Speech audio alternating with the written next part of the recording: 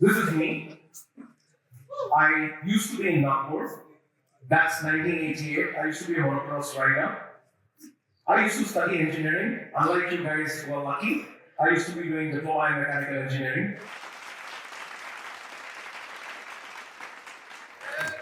So, we all engineers know what we go through, right?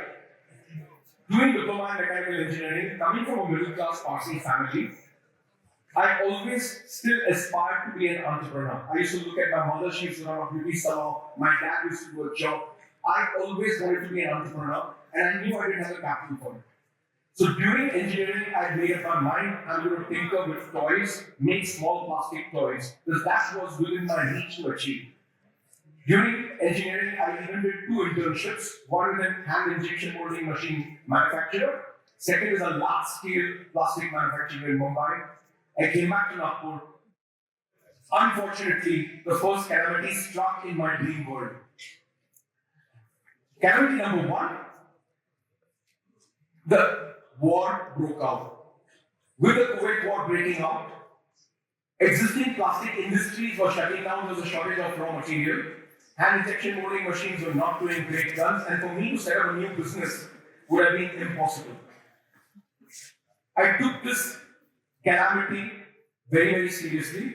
I knew I had no road ahead. I moved to Bombay, dropped out of college, converted this racing motorcycle into a tool, sold it, got some money, started a small pest control company from home. So my first venture as an entrepreneur in 1991 was pest control. I did it for 2 years. It taught me a lot. The biggest thing it taught me whilst I would go myself as a worker into people's fancy houses to do pest control is to look at all the beautiful interiors and the furniture.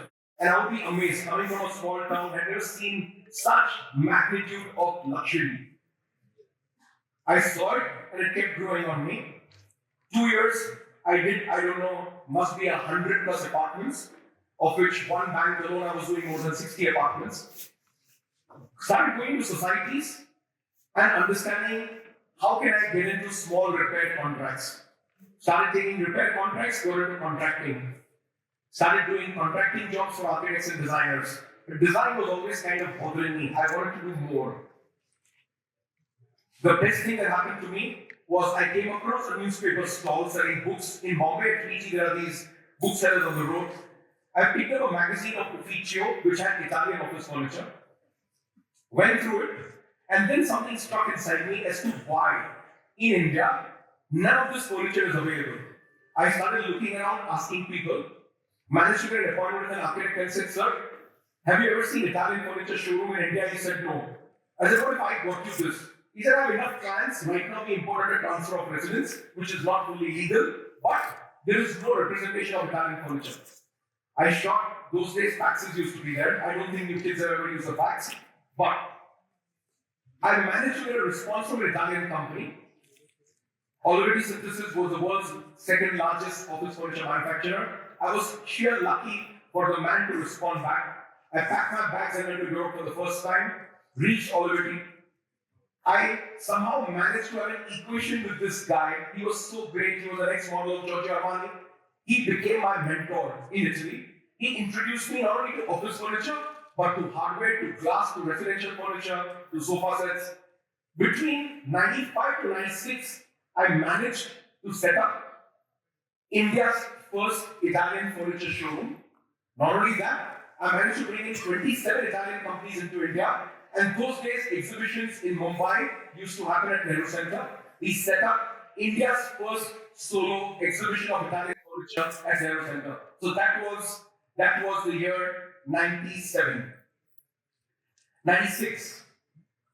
Again, Calamity has been my friend all my life. As soon as I set up my showroom and did this exhibition and started booking orders, Government of India decided and Customs India decided to ban furniture and furniture imports. So those days, furniture used to come under special import license. And India was not liberalized. There used to be restricted imports. Today, things are very different. Furniture, wood and wooden products were taken out of the special import license.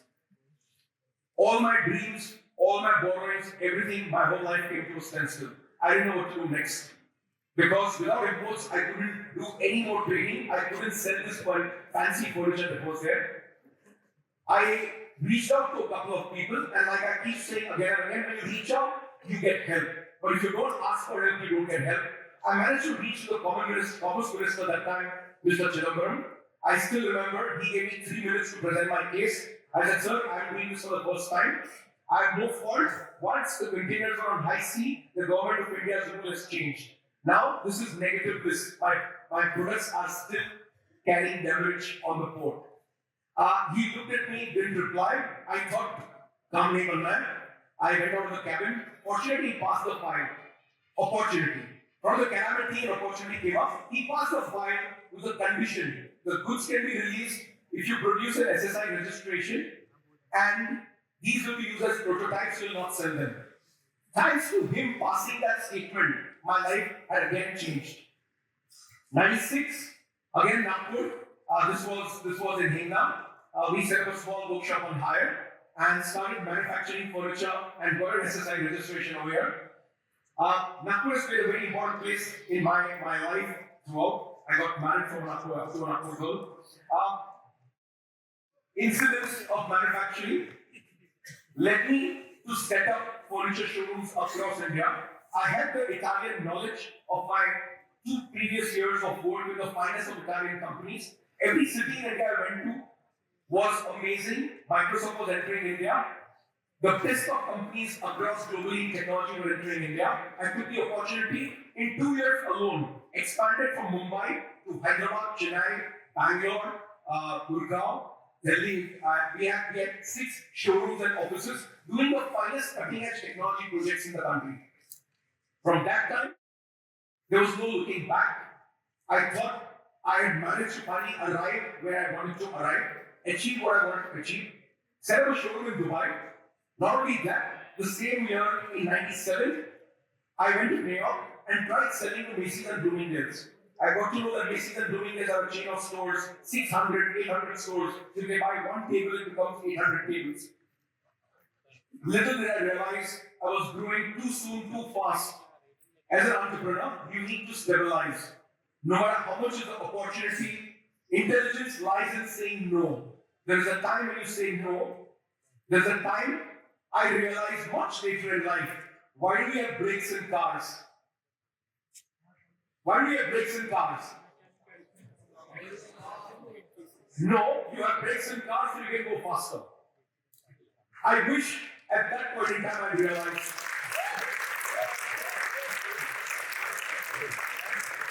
I thought I had achieved it all. Showroom in Dubai, 6 offices in India working, rolling with the finest projects, dealing with the finest architects. No, yet another calamity had to happen. The world went into a global recession, and the worst recession happened in Dubai. They say the worst recession Dubai has ever seen, even till today. All my dreams came crashing down. Projects for which we received advances, we never got our balance payments. Every project started shutting down. In India, in Dubai, New York never happened. I was almost on the verge of bankruptcy. Without any fault of mine. Well, I had no choice to put up a brave face. We already had a factory running. Thanks to Mr. Chidambaram getting me into factories, we decided to move out of selling furniture. By the time I gained enough experience in design has always been the reason why I exist. We started doing turnkey interior design. So we converted in 98 into an opportunity. And that was a life-changing opportunity for me. Instead of just doing furniture design and selling furniture, we started doing end-to-end design. Fortunately for me, the very first project I designed for Star TV, I managed to get a Young Design Practice Award, and that really changed things for me. People across India started calling us, and we designed projects by the numbers. Between 98 to 2007-8, we were about 1,700 employees, the largest turnkey interior company in India, one of the largest luxury manufacturers in the country. 90% of India's television channels were designed by me. No matter which channel you change, 90% chances were I designed it. We designed Vijay Mallya's yacht, we designed luxury residences, we designed the top corporate headquarters from Bajaj Auto to UV to everything. Well, Life was great, so I thought, and again, Calamity stuck. 2008 recession in India. For projects, it was doomsday. 70% projects were shutting down. I would have managed, I'd done quite well for myself and the organization, but I would have to lay off about 600 to 700 employees. And to me, I am who I am is because of my people.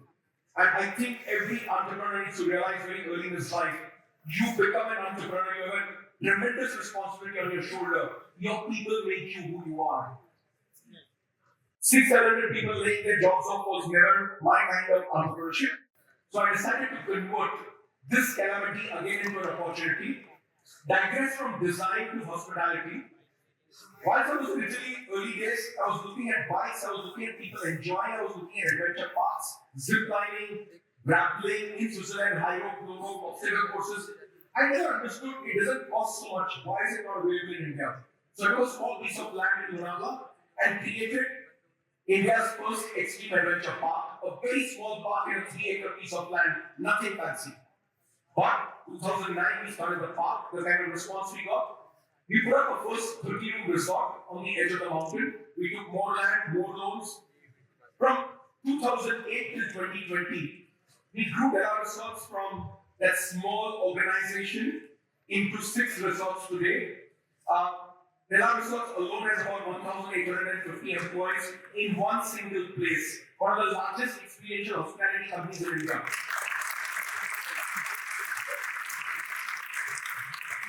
This would have never happened hadn't a calamity struck and recession come. So, this led to many, many more things. We did gated community, we did second homes design, we created almost 90 villas in the last 12 years. It's a whole different genre of business that we've gone into. Now we are talking of expanding Della Resorts across India to Bangalore and other cities. Hopefully someday we may come to Nagpur. We also design, you guys must check it out later, we also design India's and the world's only luxury military themed resort. To train civilians and instill a sense of pride in patriotism. So the whole idea was try and see how we can give good, respectable jobs to our veterans. We designed and created a whole genre of hospitality, which is military tourism. And it's pretty successful. Plus, it serves the interest of igniting passion for our country. It also serves the purpose of giving jobs to our veterans. So for me, any business that allows me to do the social good, I give it my 100%. Well, 2020, COVID-19 happened. All research shut down, projects shut down, manufacturing factory shut down. All employees looking at each other's faces, not knowing ये कब खलास होगा, lockdown कब निकलेगा, हम काम पे कब जाएंगे. Most hotel owners thought business will never come back to us. Instead of being depressed the first week, I admit I'm human, I was completely depressed. I didn't know which direction to find. A week later, I said, I'm not going to allow this to happen. I'm going to pursue something that I've always believed in. Entrepreneurs are lonely. Leaders are lonely. Leaders at the top are lonely. There is no solution to it. There is not a single global leadership club that ties up all the leaders, all the entrepreneurs across the world into one community. There is YPO, Young Presidents Organization out of the United States. There is EO, Entrepreneurs Organization. Apart from these two, there is nothing else that provides a community. So, we got to work. Even in the most strictest of lockdown, we opened up our offices. We managed to get passes for people to come. We started brainstorming. And even under lockdown, when people were enjoying their holidays, we were working 16 to 18 hours a day, trying to put this community together. Moat is very important in whichever business or enterprise you guys in future are going to go to. Always identify what is the missing link, what is not available, what can others not give, or what are others giving, what extra will you give. When you think in these lines using design thinking principles and processes, you create innovations which are true, genuine, and the world acknowledges it. So Della Leaders Club was born. I never knew I was going to innovate the world's first business platform. We created this. We got Nitin Gadkariji from Nagpur to do the inauguration. We got others to support it. But something happened magical in New York. We ended up creating one of the most strongest communities of DLC members in New York. We headquartered in New York for DLC. We managed to bring in 3 deans of universities. So me being a college dropout from Anjuman Islam in Nagpur, to getting the dean of Cornell, getting the dean of Thunderbolt University, getting the current dean of Oxford University. I'm proud of working. All 3 are our members. We got Barack Obama's chief strategy advisor. So if you want to learn strategy when you talk to somebody like that, it's like strategy at the highest level in the White House. Barry Johnson. We've got David Strauss, one of the foremost legal attorneys. How did all of this happen? Conviction, something that doesn't exist, you're addressing a problem. You're trying to solve a problem to something that doesn't exist. Putting enough amount of research, true, honest design thinking principles, rapid prototyping, running your idea through one person, learning from that, going to the next person. During this lockdown period for DLC, I must have documented 700 Zoom calls across the world. We structured DLC on business and lifestyle. We structured DLC so that there are communities within communities created. We have communities for strategy, ESG, cybersecurity, leadership, transformation, design thinking, happiness. Happiness is a management discipline. We also created communities for passion, hospitality, lifestyle, wine, spirits, cigars. The whole idea was to create a platform for entrepreneurs which doesn't exist. DLC has now gone global to 7 countries. We are present in 17 cities in the world. We are in New York, London, Dubai, Hong Kong, Singapore, Bangkok. We are in 10 cities in India. Last week we were negotiating to start Bahrain. We are also talking to start Dallas in America, in Texas. Our dreams and aspirations, 50 cities in the next 18 to 24 months, 30 countries across the world. So that's a huge, humongous target. Well, I'll conclude my talk by again saying, you guys are engineers, you are problem solvers. Your job is to solve a problem. Your job is to solve a problem not with jugaad, with design thinking processes, which will be a permanent long-term solution, which will help our country to achieve its dream of being Atmanirbhar. Thank you. Jai Hind.